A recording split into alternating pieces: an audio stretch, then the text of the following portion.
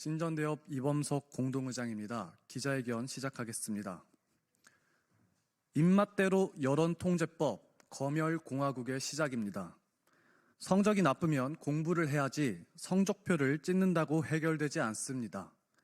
지난 20일 이재명 대표의 지지율 하락 원인을 밝히라는 지시가 있자 불과 하루 만에 민주당은 여론조사 업체 관리법을 발의하였습니다.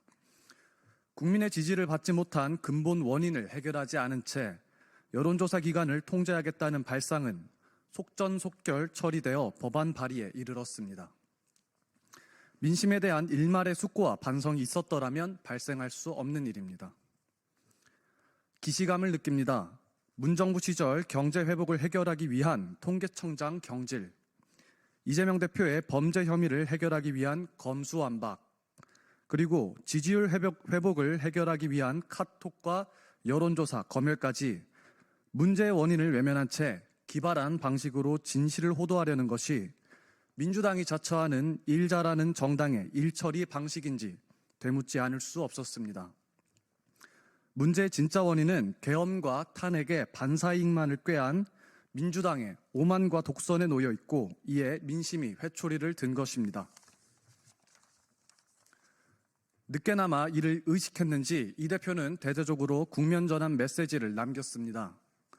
기업 경쟁력이 곧 국가 경쟁력인 시대, 민생경제 문제에 초점을 맞출 것이다. 한미동맹을 굳건하게 만들기 위해 협력을 이어나가길 기대한다. 이 대표는 민심을 받들겠다며 위와 같은 발언을 했습니다. 하지만 먼저 반기업적인 노란봉투법과 반경제적인 25만 원 지원금 법안부터 전면 철회하는 것이 순서에 맞을 것입니다. 또한 중국엔 셰시에 미국은 점령군이라는 역사인식을 바꾸지 않는 이상 한미동맹 메시지는 공허한 외침일 뿐이며 한미 파트너십에도 큰 불신을 남길 것입니다.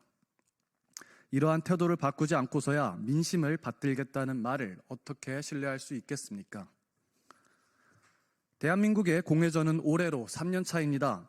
양 진영의 갈등 속에서 증오라는 유산만이 남았고 결국 계엄과 탄핵 정국으로 기결되었습니다. 모든 정치권이 멈춰버린 대한민국에 대한 책임을 피할 수 없다고 생각합니다. 그렇기에 더욱 민심에 겸허히 귀 기울여야 할 때입니다.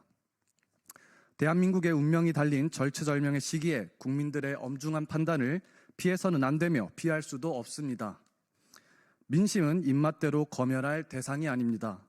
반사이익만으로 지지를 기대한 것은 국민을 우습게 여긴 것이고 국회의 여론통제법은 민주주의 근간을 흔드는 행위입니다. 이에 저희는 민심마저 국회 소나기에 쥐겠다는 민주당의 오만을 비판하며 여론통제법의 철회를 요구하겠습니다. 감사합니다.